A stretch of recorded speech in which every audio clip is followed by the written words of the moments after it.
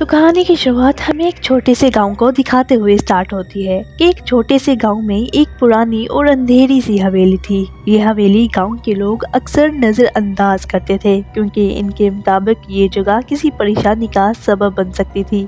حویلی کی پرانی دیواروں پر پتھریلے نشان تھے اور دروازے کی جھنگار کسی غیر مرئی قوت کا اشارہ دیتی تھی۔ گاؤں والے ہمیشہ اس جگہ کے قریب جانے سے ڈرتے تھے اور اس کی حقیقت کے بارے میں طرح طرح کی کہانیاں سناتے تھے۔ یہ حویلی ایک جادوگرنی کے بارے میں مشہور تھی جس کا نام زہرہ تھا۔ کہا جاتا ہے کہ زہرہ ایک طاقتور جادوگرنی تھی جو اپنی طاقت کو استعمال کرتے ہوئے لوگوں کو ہراساں کرتی۔ کچھ لوگ یہ بھی کہتے تھے کہ اس کی موت ایک چال تھی اور اس کی روح حویلی میں قید ہو گئی تھی۔ اور یہاں سے سین شفٹ ہوتا ہے سارا کی طرف۔ سارا ایک نوجوان لڑکی تھی جو ہمیشہ پرانی کہانیاں سننے میں دلچسپی رکھتی تھی۔ اس کے دل میں ہمیشہ ایک سوال تھا، کیا حقیقت میں یہ جادوگرنی کی روح واقعی موجود ہے؟ سارا کا دل چاہتا تھا کہ وہ اس حقیقت کو جان سکے اور اس کے دماغ میں ایک خیال آیا کہ کیوں نہ اس حویلی کا دورہ کیا جائے تاکہ وہ خود دیکھ سکے کہ وہاں کیا ہو رہا ہے۔ اس نے اپنے دوست فیضان سے اس بارے میں بات کی جو کہ خود بھی اس معاملے میں دلچسپی رکھتے تھے۔ فیضان نے کہا، سارا کیا تمہیں نہیں لگتا کہ یہ خطرناک فیصلہ ہو سکتا ہے؟ تمہیں نہیں لگتا کہ ہم اپنے آپ کو خطرے میں ڈال سکتے ہیں؟ لیکن سارا نے جواب دیا، میں جانتی ہوں کہ یہ خطرہ ہو سکتا ہے لیکن ہمیں حقیقت کا پتہ چلانا ضروری ہے۔ رات کا وقت تھا جب سارا اور اس کے دوست حویلی کی طرف روانہ ہوئے۔ گاؤں سے باہر ایک سنسان راستہ تھا جس کی دونوں طرف درختوں کے گھنے جنگل تھے۔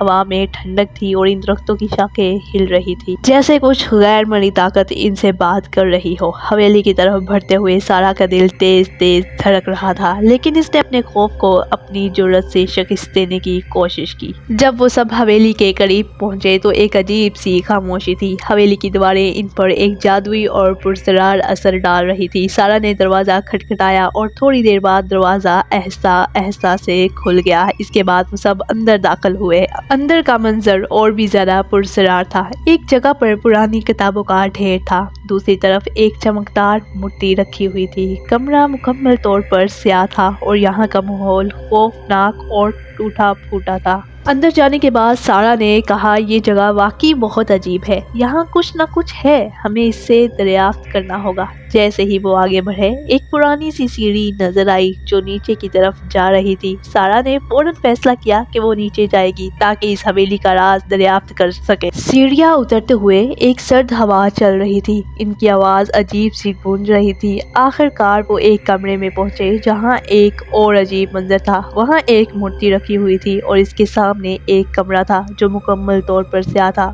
وہاں کی فضا میں ایک عجیب سی پریشانی اور خاموشی چھا گئی تھی۔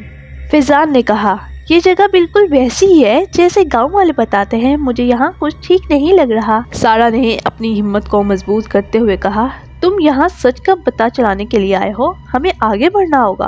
اسی لمحے کمرے کی روشنی مدھم ہو گئی اور ایک خوفناک آواز سنائی دی، تم یہاں کیوں آئے ہو؟ سب نے گھبرا کر ایک دوسرے کی طرف دیکھا، پھر اچانک ایک شے نمودار ہوئی۔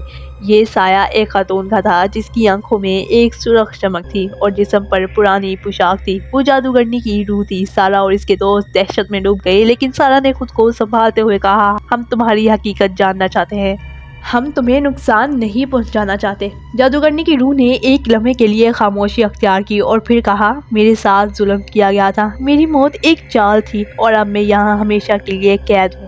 اس کے بعد کمرے کی دیواروں میں ایک عجیب سی دراڑیں پڑ گئی اور ایک منظر سامنے آیا۔ سارا اور اس کے دوست دیکھنے لگے کہ کس طرح جادوگرنی کو بے گناہ ہونے کے باوجود بھی پھانسی دے کر مارا گیا تھا۔ اس کی کہانی نے سب کو حیران کن طور پر اثر انداز کیا۔ اس نے کہا کہ وہ ایک طاقتور جادوگرنی تھی جو لوگوں کی مدد کرتی تھی لیکن کچھ حسد کرنے والے لوگوں نے اس کا دشمن بنا لیا، اس پر جھوٹا الزام لگایا۔ آخرکار اسے جیل میں ڈال دیا گیا اور جب وہ مر گئی تو اس کی روح اس حویلی میں قید ہو گئی۔ جادوگرنی کی روح نے بتایا کہ وہ اب تک اس جال میں پھنس کر رہ گئی تھی لیکن سارا اور اس کے دوستوں نے اس کی کہانی سنی تھی۔ اس کی روح کو سکون تب ملا جب اس کی حقیقت سامنے آئی۔ جادوگرنی کی روح نے سارا کا شکریہ ادا کیا کہ یہ اس کی دعاؤں سے سارا اور اس کے دوستوں کو خوشی اور سکون ملا۔ پھر جادوگرنی کی روح آہستہ آہستہ غائب ہو گئی۔ حویلی کا ماحول بدل چکا تھا اور اس جگہ کی فضا میں ایک سکون تھا جو پہلے کبھی نہیں تھا۔ سارا اور اس کے دوست اس واقعے کے بعد واپس اپنے گاؤں لوٹ آئے۔ انہوں نے اس جادوگرنی کی کہانی کو گاؤں والوں کو سنایا اور اس کے بعد وہ حویلی نہ صرف ایک خوفناک جگہ بن گئی بلکہ وہ اب ایک ایسے مقام کے طور پر جانی جاتی تھی جہاں انصاف اور سکون ملتا تھا۔ یہ واقعہ سارا اور اس کے دوستوں کے لیے ایک سبق تھا کہ حقیقت کو جاننے کے لیے کبھی بھی جرأت کی ضرورت ہوتی ہے،